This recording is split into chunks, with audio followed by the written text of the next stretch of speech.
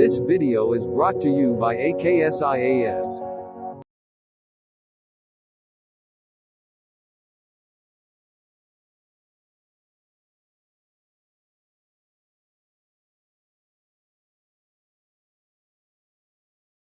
Prime minister of India Narendra Modi garu he is going to Japan for quad summit.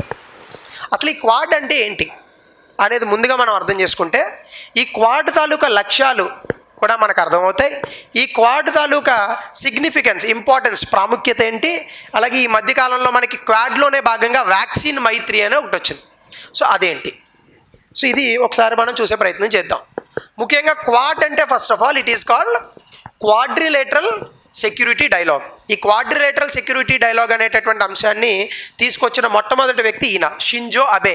ఈయన is the former head of Japan, president of Japan. అయితే ఈయన 2009లో ప్రకటించినటువంటి ఈ quad 4 దేశాల సమూహం. అయితే it is not a formal, it is an informal summit. అంటే వీళ్ళకి ఏం ప్రపంచానికి తెలిసి వస్తున్నటువంటి సమ్మిట్ కాదు, అసంఘటితంగా జరుగుతున్నటువంటి సమ్మిట్. ఇందులో 4 దేశాలు ఉన్నాయి. 1 ఇండియా, 2 ఆస్ట్రేలియా, 3 ఇక్కడెక్కడ వస్తుంది జపాన్, ఇక్కడేమో ఉన్నది యుఎస్. ఈ 4టిని మీరు కలిపితే ఏమవుతుంది, ఒక డైమండ్ షేప్ అవుతుంది. అలాగే క్వాడ్రిలేటరల్ అంటాం. క్వాడ్రిలేటరల్ అంటే డైమండ్ షేప్. సో కాబట్టి దీన్ని మనం ఏమనొచ్చు, it is also called as a quadrilateral diamond. So అసలు ఈ 4 దేశాలు ఎందుకు కలుస్తున్నాయి, so that is very important. Quadrilateral డైలాగ్లో మీరు చూడండి, ఆబ్జెక్టివ్స్ ఏంటి, free, open and prosperous Indo Pacific. అంటే భారతదేశం కింద ఉన్నటువంటి ఇండియన్ ఓషన్ ఏదైతే ఉందో అది హిందూ మహాసముద్రము, అలాగే పసిఫిక్ మహాసముద్రము. ఈ రెండిటిల్లో ఫ్రీ, ఓపెన్, ఫ్రీ అంటే ఉచితం అని కాదు, స్వేచ్ఛాపరమైన వాణిజ్యము. ఫ్రీ అంటే ఏంటి, స్వేచ్ఛాపరమైన వాణిజ్యం. అంటే ఇది దేని గురించి మాట్లాడుతుంది, it is talking about trade. వీళ్ళు 4 ట్రేడ్ చేసుకోవాలని అనుకుంటే వీళ్ళు 4 సమూహంగా ఏర్పడడం దేనికి, దానికి ఒక బ్యాక్గ్రౌండ్ ఉండాలి. బ్యాక్గ్రౌండ్ ఏంటంటే, ఈ ప్రపంచ దేశాల్లో ఈ మధ్య కాలంలో బాగా బలపడినటువంటి ఒక దేశం చైనా. వీడికి ప్రపంచంలో ఎన్ని ఆస్తులున్నా సరిపోవు, మనిషి ఇంతే ఉంటాడు కానీ ఆస్తులు ఎక్కువ కావాలి వీడికి. అంటే మన దేశంలో ఉన్న డోక్లాం వాడికే కావాలంటాడు. అలాగే ఆ పైన ఉన్నటువంటి అక్షయ్ చిన్ గ్లేషియర్, సియాచిన్ గ్లేషియర్ ఉన్నాయి కదా, ఒకటేమో సియాచిన్ గ్లేషియర్ పాకిస్తాన్ వాడు ఎత్తుకుపోతే అక్షయ్ చిన్ గ్లేషియర్ చైనా వాడు ఎత్తుకుపోయాడు. అరుణాచల్ ప్రదేశ్లో నార్త్ అరుణాచల్ ప్రదేశ్ని ఎత్తుకుపోయాడు. అంతేకాకుండా చైనా ఇప్పుడు ఏం చేస్తోందంటే ఇక్కడ ఉన్నటువంటి ఈ సముద్ర ప్రాంతాన్ని మొత్తం ఆక్రమించేటటువంటి ప్రయత్నం చేస్తుంది. దాన్నే జనరల్గా ఏమంటాం అంటే సౌత్ చైనా సీ అంటాం. అంటే చైనాకి దక్షిణ భాగంలో ఉన్నటువంటి ప్రాంతాన్ని ఏమంటాం మనం, సౌత్ చైనా సీ. ఈ సౌత్ చైనా సీలో కొన్ని ఐలాండ్లు ఉన్నాయి, ద్వీపాలు. ఈ ద్వీపాలని సెంకాకు, దియోయు అనే పేర్లతో పిలుస్తారు, రియూకు, ఇలా రకరకాల పేర్లు ఉన్నాయనుకోండి. ఈ ఐలాండ్స్ ఏంటంటే కొన్ని ద్వీపాల్లో మనుషులు ఉండరు. మనుషులు లేని కారణంగా ఈ ద్వీపాల్లో ఉన్నటువంటి ప్రకృతి వనరుల కోసం అక్కడ ఉన్నటువంటి దేశాలు పోటీ పడుతున్నాయి. ముఖ్యంగా చైనా చాలా ఎక్కువగా పోటీ పడుతుంది. ఎందుకంటే చైనా కూడా మన దేశంలో లాగానే ఎక్కువగా ముడి చమురు నిల్వలు లేనటువంటి దేశం చైనా, కానీ ముడి చమురు ఎక్కువగా అవసరం ఉన్నటువంటి దేశం కూడా. ఈ కారణంగా చైనా ఏం చేస్తోంది, ఈ ఐలాండ్లు కనుక ఆక్రమించుకుంటే, ఈ ఐలాండ్లలో కొంత ముడి చమురు ఉన్నదని కొన్ని సర్వేలు తెలిపాయి. అలాగే ఈ ఐలాండ్ల చుట్టూ ఇంకా కొన్ని ప్రకృతి వనరులు ఉన్నాయట. ఈ వనరులను తవ్వి తీసుకోవడం కోసం చైనా వాడు ఏం చేస్తున్నాడు ఇప్పుడు, he simply trying to occupy the South China Sea. ఇదే కాకుండా అమెరికా తర్వాత చాలా బలమైనటువంటి ఆర్థిక వ్యవస్థ ఎవరు ప్రపంచంలో, చైనా. ఎప్పుడైనా 1వ ర్యాంకరు 2వ ర్యాంకర్ ఇద్దరున్నారనుకోండి, 1వ ర్యాంకర్ అంటే 2వ ర్యాంకర్కి పడదు, 2వ ర్యాంకర్ అంటే 1వ ర్యాంకర్కి పడదు. వీళ్ళిద్దరికీ ఇంకొకటి వస్తాడు 3వ ర్యాంకర్, వీళ్ళిద్దరికీ పోటీ అవుతాడు వాడు. సో ఇక్కడ 3వ ర్యాంకర్ అంత ఎత్తుకి ఎదగగల అవకాశం ఉన్నటువంటి దేశం ఏది, ఇట్ ఈస్ ఇండియా. కాబట్టి ఇండియా స్లోగా 3వ ర్యాంకర్గా అవతరించబోతోంది. కాబట్టి ఇప్పుడు చైనాకి అమెరికాకి సహజంగానే ఉన్నటువంటి గొడవ కారణంగా చైనా కొంత దుందుడుకు చర్యలను ప్రయోగిస్తోంది. సో చైనా తాలూకు ఈ దుందుడుకు చర్యల్ని ఆపడానికి గాను 4 కంట్రీలు, అంటే 4 దేశాలు ఒక సమూహంగా ఏర్పడ్డాయి. వాళ్ళే India, Australia, Japan and United states of America. ఆ 4 దేశాల సమూహాన్ని కలిపి మనం ఏమంటాం, క్వాడ్రిలేటరల్ సెక్యూరిటీ డైలాగ్. దీని తాలూకా ఆబ్జెక్టివ్ అంటే దీని తాలూకా లక్ష్యం ఏంటి? Free, open and prosperous Indo Pacific reason. అంటే హిందూ మహాసముద్రము, పసిఫిక్ మహాసముద్రము ఈ రెండిట్లో కూడా స్వేచ్ఛాయుతమైనటువంటి వాణిజ్యం జరపడం కోసం. స్వేచ్ఛాయుతమైనటువంటి వాణిజ్యం ఎప్పుడైతే జరిపారో మీకు సంపద వస్తుంది, రైట్? అయితే ఇందులో భాగంగా ఈ 4 దేశాలు ఏం చేస్తున్నాయి చైనాను ఆపడానికి? ఈ మధ్యకాలంలో మలాబార్ నేవల్ ఎక్సర్సైజ్ అని ఒకటి చేశారు. మలాబార్ అంటే ఎక్కడ ఉంది మనకి? రైట్. సో మన దేశం చుట్టూ సముద్రం ఉంది కదా. సో ఆ మలాబార్ దగ్గర ఏం చేసామంటే మనం మలాబార్ 2021 ఎక్సర్సైజెస్లో ఈ అన్ని దేశాలు పాల్గొన్నాయి. So quad countries all set to start Malabar exercises from today. ఆ రోజు న్యూస్లో వచ్చినటువంటి అంశం ఇది.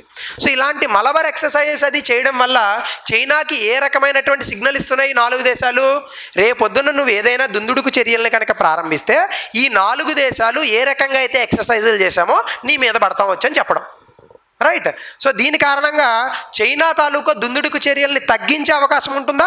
ఖచ్చితంగా ఉంటుంది. ఎందుకంటే ఈ 4 దేశాలు చైనా చుట్టూ ఉన్నాయి. జపాన్ చైనాకి తూర్పు భాగంలో ఉంది, ఆస్ట్రేలియా చైనాకి కింద ఈశాన్య భాగం, ఇంకా ఈశాన్యం కూడా కాదు వాయువ్య భాగంలో వస్తుంది. సో వెస్టర్న్ పార్ట్లో మనం ఉన్నాం. అమెరికా ఎక్కడ పడితే అక్కడే ఉంది, వాడికి ప్రతి చోట కూడా కనెక్షన్స్ ఉంటాయి. సో ఆ కంటెక్స్లో మనకేంటి, ఈ South China Sea, Pacific Ocean, Indian Ocean ఇందులో భాగంగా చైనా చేసేటటువంటి దుందుడుకు చర్యల్ని ఆపేటటువంటి ప్రయత్నం చేస్తుంది. అంటే మీరు అడగచ్చు, సార్ హిందూ మహాసముద్రానికి చైనాకి సంబంధం ఏంటి అని. హిందూ మహాసముద్రానికి చైనాకి కూడా చాలా పెద్ద సంబంధం ఉంది. ఎప్పుడు కూడా మీకు ఆల్రెడీ చెప్పాను, మనం ఒకసారి ఎదుగుతూ ఉంటే మన తర్వాత ఎదిగేటటువంటి వ్యక్తి పైన మనకి అసూయ ద్వేషాలు అనేటటువంటి వస్తూ ఉంటాయి. సో చైనా అనేటటువంటిది ఈరోజు ఎదుగుతున్న దేశం, ఇండియా ఎదగబోయే దేశం కాబట్టి ఖచ్చితంగా చైనా ఎప్పుడు కూడా ఇండియా మీద పడి గొడవ చేస్తూ ఉంటుంది. అందుకే ఈ మధ్య చైనా ప్రపంచంలో తనకున్నటువంటి విస్తరణని పెంచుకోవడం కోసం ఒక అద్భుతమైనటువంటి ప్రణాళికను రచించింది. ఆ ప్రణాళిక పేరు OBOR. ఇంతకుముందు ఎగ్జామ్లో అడిగినటువంటి ప్రశ్న యూపీఎస్సీలో, చాలా easy question. 1 belt 1 road initiative. ఏమంటాం మనం? 1 belt 1 road initiative. 1 belt 1 road initiative అంటే ఏం లేదు. చైనా ఒకప్పుడు కేవలం చైనా దగ్గర మాత్రమే సిల్క్ అనేటటువంటి ఒక వస్తువు ఉండేది. ఇప్పుడు ఈ సిల్క్ అనేటటువంటి ప్రపంచ దేశాల్లో అందరికీ చైనా ఎగుమతి చేసేది, ఇప్పుడు చేస్తుంది. సో చైనా ఇక్కడ నుంచి ఒక రోడ్డు వేస్తుంది. ఎక్కడ వరకు? ఇక్కడ వరకు. మళ్ళీ ఇక్కడ నుంచి ఇక్కడ వరకు వెళ్తుంది ఆ రోడ్డు, మళ్ళీ ఇక్కడ నుంచి ఇక్కడ వరకు వెళ్తుంది. సో దీన్ని 1 బెల్ట్ 1 రోడ్ ఇనిషియేటివ్ అంటారు. ఇదేంటిది? రోడ్డు మార్గం. అంటే 1 రోడ్ అయింది. మరి 1 బెల్ట్ ఏది?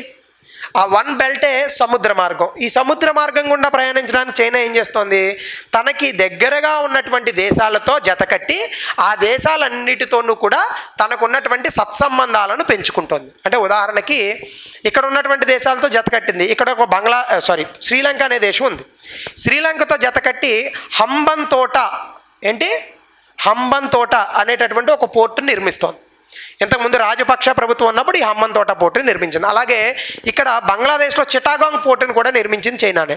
అలాగే ఇక్కడ పాకిస్తాన్లో గ్వదర్ పోర్ట్ అని ఒకటి ఉంది, అది కూడా చైనాయే నిర్మిస్తుంది. సో అంటే మీరు ఇక్కడ చూడండి, చైనా ఇలా వచ్చి ఇలా వచ్చి ఇలా వచ్చి ఇలా కనెక్ట్ అయిందా? అంటే మన దేశాన్ని మొత్తం ఆక్రమించినట్టే కాదా? రేపొద్దున యుద్ధం జరిగిందనుకోండి, వాడి నావీ ఇటు నుంచి వస్తుంది, ఇలాగే కూడా ఈ పైనుంచి కూడా ఆర్మీ వస్తుంది. అంటే ఇండియాని మొత్తం సర్క్యులేట్ చేసింది. అంటే దీనికి ప్రతిగా మన దేశం కూడా వేరొక మోడల్ తీసుకొచ్చాం. అంటే ఫర్ ఎగ్జాంపుల్ దీన్ని వాడు ఏమంటాడంటే, ఇలా ఇండియాని ఆక్రమించడాన్ని స్ట్రింగ్ ఆఫ్ పర్ల్స్ అంటాడు. ఏమంటాడు? String of pearls. మనం ఏం చేస్తున్నాం, ఈ గ్వదర్ పోర్ట్ పక్కనే ఇరాన్ ఉంది, ఇరాన్ దగ్గర మనం చాబహార్ పోర్ట్ కడుతున్నాం, రైట్?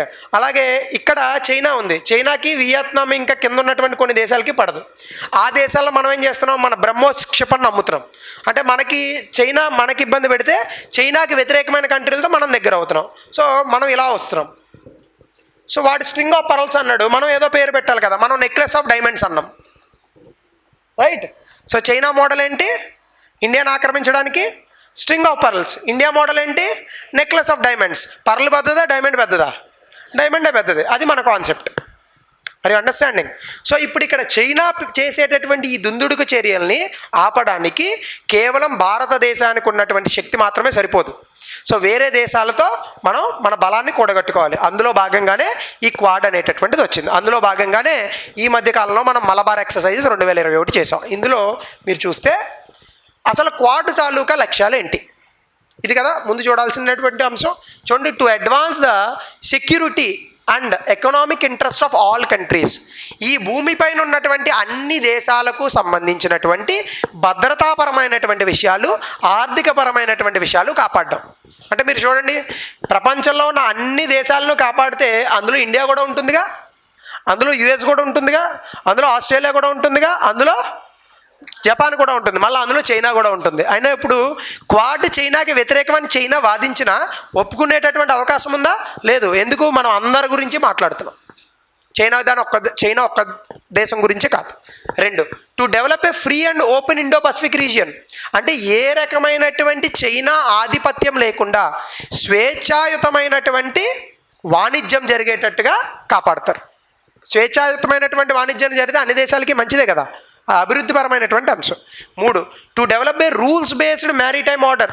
మ్యారిటైమ్ అంటే ఎప్పుడైనా గుర్తుపెట్టుకోండి, సముద్ర మార్గం ద్వారా జరిగేటటువంటి ఎగుమతుల్ని దిగుమతుల్ని మ్యారిటైమ్ అంటాం, లేదా సముద్రానికి సంబంధించిన అంశం. So to develop a rules based maritime order in south and east China sea. అంటే east China sea, south China sea, ఈ రెండు కూడా చైనా పక్కనే ఉంటాయి. చైనా పక్కన ఉన్నది ఈస్ట్ చైనా సీ, కింద ఉన్నటువంటిది సౌత్ చైనా సీ. ఈ రెండిట్లోని చైనా ఏం చేస్తోంది? తనకు నచ్చినట్టుగా ప్రవర్తిస్తోంది. అలా నచ్చినట్టుగా ప్రవర్తించకుండా నువ్వు నియమ నిబంధనలకు అనుగుణంగా మాత్రమే ప్రవర్తించాలి అనేటటువంటి ఒక సంకేతాన్ని చైనాకి ఇవ్వడం జరిగింది. అంటే మీకు ఒక రకంగా ఏమనిపిస్తోంది? చైనా తాలూకా దుందుడుకు చర్యలను ఆపినట్టే కదా. So this is another point. అలాగే దీని తాలూకా సిగ్నిఫికెన్స్ ఏంటి అంటే దీని తాలూకా ప్రాముఖ్యత. China's increased aggression in south China sea. అంటే సౌత్ చైనా సీ అంటే ఇక్కడ వస్తుంది. సో చైనా సౌత్ చైనా సీలో, దక్షిణ చైనా సీలో చేస్తున్నటువంటి దుందుడుకు చర్యలన్నింటినీ కూడా అడ్డుకట్ట వేయచ్చు. China surrounding India through string of pearls. మరి దీనికి ఒక సమాధానంగా మనం ఏం చెప్పచ్చు? క్వాడ్ చెప్పచ్చు. నెక్లెస్ ఆఫ్ డైమండ్స్ ఉంది, అది మనం సొంతంగా చేసుకుంటున్నటువంటిది. వేరే దేశాలతో జతకట్టి చేస్తున్నటువంటిది క్వాడ్. అలాగే 3వది ఎన్ష్యూరింగ్ ఫ్రీ ఇండో పసిఫిక్. అంటే మన దేశం కింద ఉన్నటువంటి హిందూ మహాసముద్రము, పసిఫిక్ మహాసముద్రం, ఈ రెండింటిలోని కూడా స్వేచ్ఛాయుతమైనటువంటి వాణిజ్యం చేసేటట్టుగా ప్రోత్సహించడం. 4, సప్లిమెంటింగ్ ఇండియాస్ డిఫెన్స్ క్యాపబిలిటీస్. అంటే ఏంటి? రేపొద్దున చైనా ఒకవేళ మీద పడితే, సో ఇండియాని కాపాడడానికి ఇండియా తనకు ఉన్నటువంటి రక్షణ కవచాన్ని బలోపేతం చేసుకోవాలి. రక్షణ కవచానికి అడ్డుగా వేరే దేశాలను కూడా పెట్టుకోవచ్చు అప్పుడప్పుడు. సో కాబట్టి క్వాడ్లో ఉన్న 3 దేశాలు ఇండియాకి హెల్ప్ చేస్తాయి. అలాగే counter terrorism table top exercises, అంటే CTTTX ఎక్సర్సైజ్ అంటారు. అంటే దాని అర్థం ఏంటంటే ఈ మధ్యకాలంలో అన్ని ప్రపంచ దేశాలకి బాగా ముదురుతున్నటువంటి వివాదం టెర్రరిజం. ఈ దేశం ఆ దేశం అని లేదు, నచ్చితే టెర్రరిస్టులు ఎక్కడైనా బాంబులు వేస్తారు.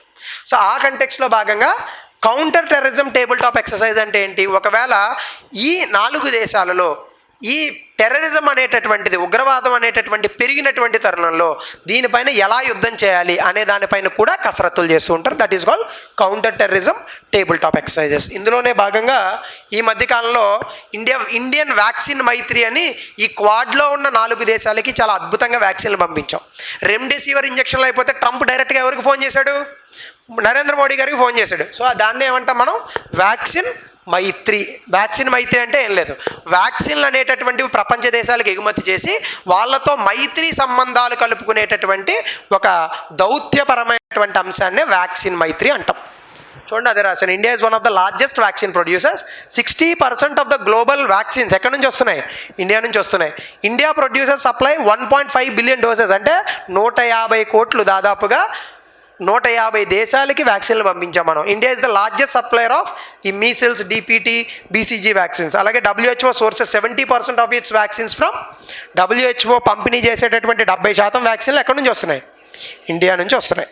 అలాగే ఈ అన్నిటిలో భాగంగా ఇండియాకి మిగతా దేశాలతో అద్భుతమైనటువంటి సంబంధాలు నెలకొల్పబడ్డాయి ఈ మధ్య. దీన్నే మనం ఏమంటాం? వ్యాక్సిన్ మైత్రి అంటాం. సో ఈ వ్యాక్సిన్ మైత్రులు, క్వాడ్లు ఇవన్నీ కలిసి రేపొద్దున చైనాతో మనకేమైనా ఇబ్బంది వస్తే ఏం చేయొచ్చు? మనం దాన్ని ఎదుర్కొనేటటువంటి ప్రయత్నం చేయొచ్చు, అంతే. గెలుస్తామని కాదు, right?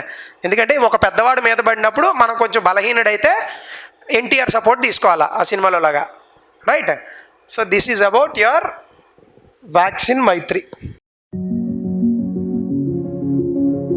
This video is brought to you by AKSIAS.